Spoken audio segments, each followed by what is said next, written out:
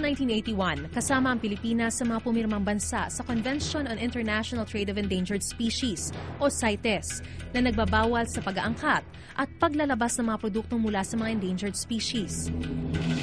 Ibig sabihin, anumang ivory tusk o produktong gawa mula rito na mapatunayang nakuha mula 1981 hanggang sa kasalukuyan, itinuturing na iligal. Pero absuelto ang mga masisitang ivory kung may maipepresentang certificate mula sa CITES at National Museum na magpapatunay na mas matanda pa ito sa 1981. Sa kabila nito, patuloy pa rin ang kalakalan dahil sa malaking perang hatid ng ivory. Katunayan dito sa Pilipinas, sunod-sunod ang nakukumpiskang mga elephant tusks. Noong 2005, aabot sa 900 kilo ng elephant tusk mula Kenya ang nasabat ng Bureau of Customs sa NAIA. At noong 2009, 2 container van na may lamang elephant tusks na aabot sa 100 million pesos ang halaga ang nasa kote ng mga otoridad. At nito namang nakaraang linggo, pinangalanan ng National Geographic Magazine ng Pilipinas bilang isa sa mga bansang nangunguna sa pagpupuslit at pagtangkilik sa ivory para di umano gawing mga santo. Binanggit din sa ulat ang paring si Monsignor Cristobal Garcia ng Cebu, na di umano'y nagkwento pa kung paano may pupuslit ang mga santong gawa sa ivory palabas ng bansa. Ang simbahang katoliko sa bansa umalma sa naturang artikulo. Para alamin kung talaga nga bang tuloy pa rin ang bentahan ng mga produktong yari sa ivory, sinadya namin ang kilalang bilihang ito sa San Juan. May nakarating kasi sa aming impormasyon na patuloy pa rin daw ang lantarang pagbebenta rito ng mga imahen na gawa sa ivory na walang kaukulang permit. Pure ivory pa. Yung ivory, may papel. May papel pag wala papel. At hindi lang santo kundi pati mga accessories ang positibong ibinebenta rito. Ayon sa RA 9147 o Wildlife Act, ang sino mang mahuhuling sangkot sa pagpatay o pagbebenta ng mga produktong mula sa endangered species, maaaring makulong ng 2 hanggang 4 na taon at magmumulta ng hanggang 300,000 pesos.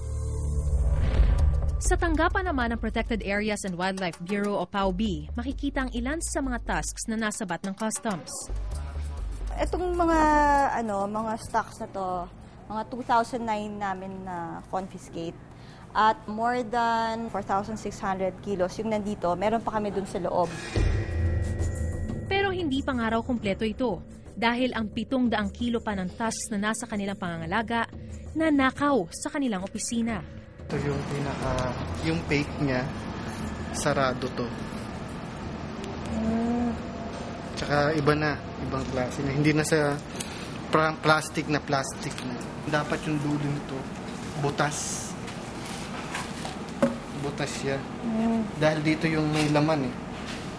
May laman ng elephant. Hindi katulad nito, buong buo siya. Talagang sinaro. Dahil sa pangyayaring ito, plano na raw nila ngayong ibalik ang mga elephant tusks sa bansang kanilang pinanggalingan. Sa carving capital of the Philippines naman sa Paete, Laguna, nakilala namin si Mang Walding. Sa halip na elephant tusk, sungay raw ng kalabaw ang kanilang gamit. Mula sa bagong katay na kalabaw, kinukuha ni Mang Walding ang dulo ng sungay. Tatabasan ng kaunti.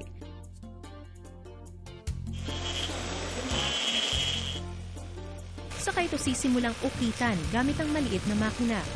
Itong first step na ito, blocking ang tawag. Binablock natin yung korte ng mukha para paggawa mo ng detail, maluwag na. Kumbaga sa nakaporma na siya.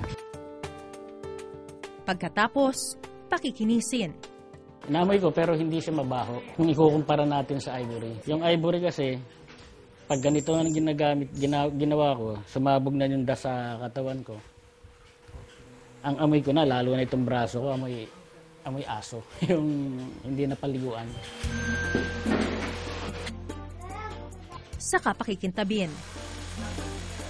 Nabot mga 15,000 pag natapos. Oo, basta ito, magawa lahat ito na kompleto, malagyan ng mga iba-ibang dito. Mas nagkakaroon ng value.